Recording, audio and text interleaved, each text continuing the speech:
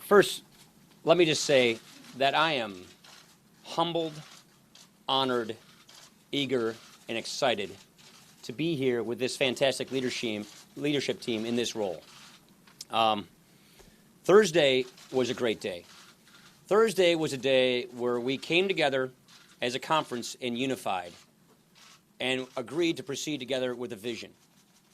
This week, you will see the highway bill is a good place to start. We're opening up the process.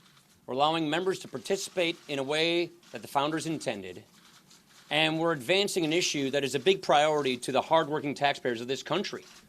Fixing our roads and our bridges, improving our transportation infrastructure. Chairman Schuster has done a phenomenal job putting this together, and that's why we're going to have an open process on the floor with lots of amendments considered by all members from both parties. I think it's a good example of how we're going to do the people's business, and I've told people we're going to do more of this. I'm very committed to a complete set of changes to the House rules to make it a more deliberative and participatory process. We're going to do this as a team, and we're going to get this right for the American people. This is, as Kathy said, the people's house. And the people's house has to do the people's business.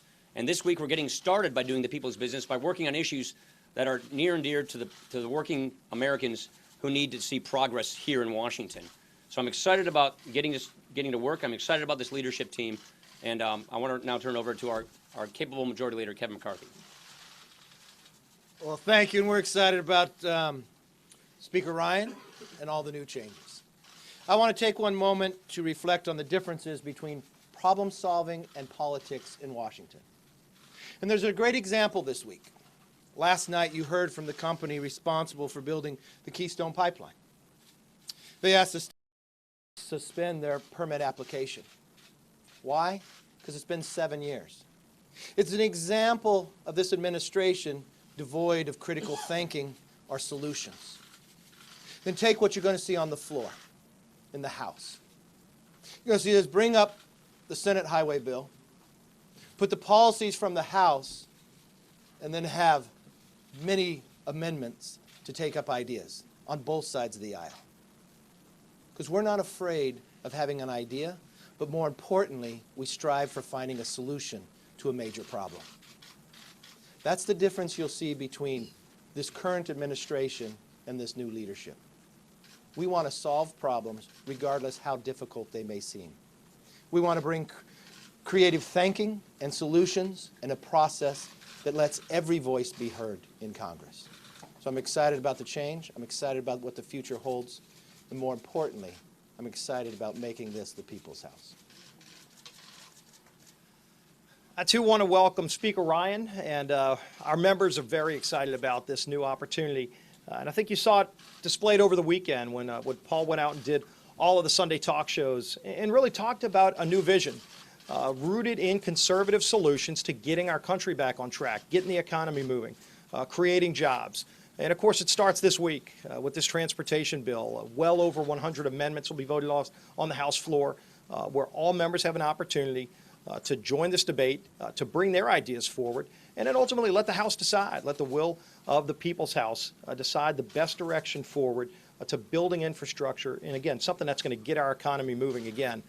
One other thing we're going to be taking up this week, and I think it's very fitting as we look towards Veterans Day next week, the House is going to be taking up the National Defense Authorization Act, a bill that provides for our troops, meets our basic constitutional responsibility to provide for a strong national defense. And as conservatives, there is a strong bill that's going to be coming forward that not only provides troops with pay raises, provides our troops with the tools and resources that they need and deserve, but also helps our allies, helps give resources to the Ukrainians who want to fight against Russian aggression, helps our Middle East allies who want to fight ISIS. And so this is a bill that's going to be coming forward that really does meet those obligations. And there's no better way to honor our troops the week before Veterans Day than to pass this important bill and have the president sign it once it gets to his desk. Well, thank you. I just want to thank the leadership team, especially Speaker Ryan, for opening up the process. There's nothing more exciting than to be the first batter up in the batter's box to face a new pitcher. So I'm very excited, truly, about this. So, look, there are 280 amendments.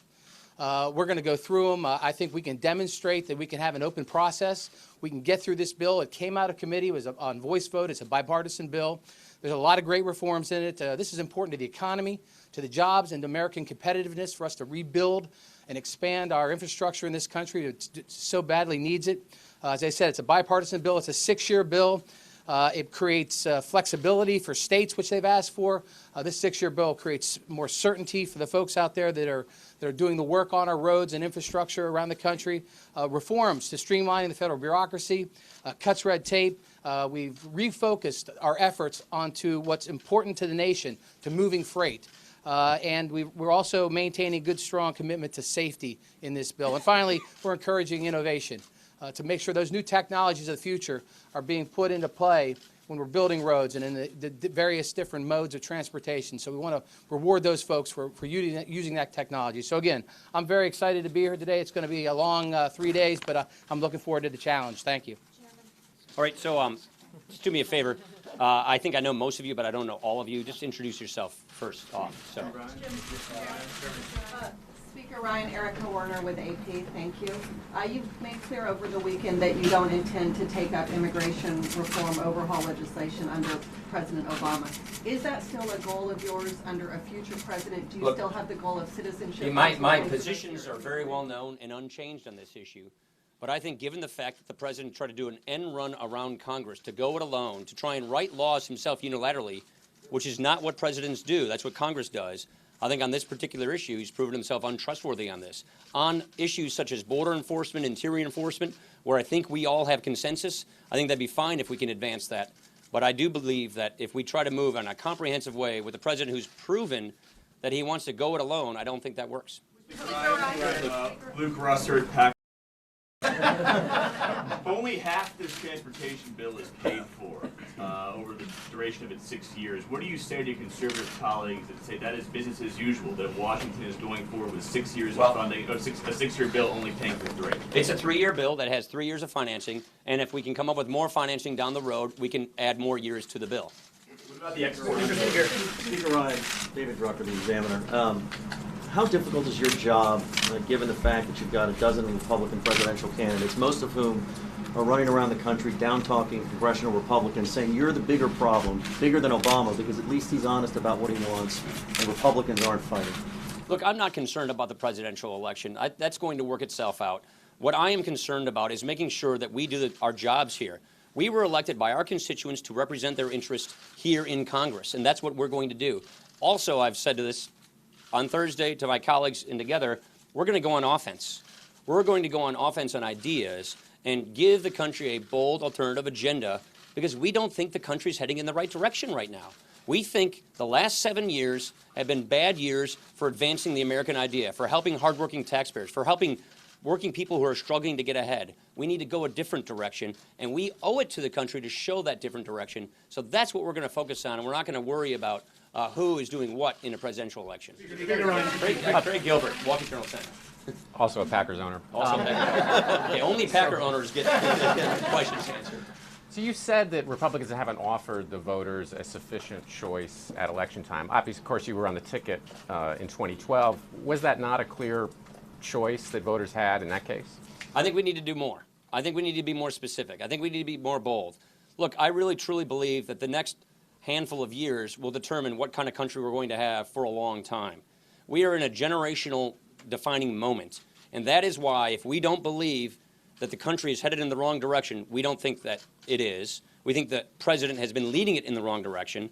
We think a Hillary Clinton presidency will continue leading the country in the wrong direction.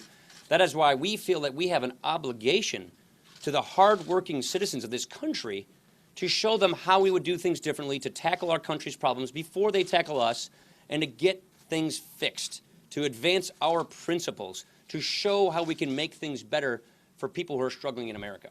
Speaker Ryan, Mr. Speaker. Who do you support for Ways and Means?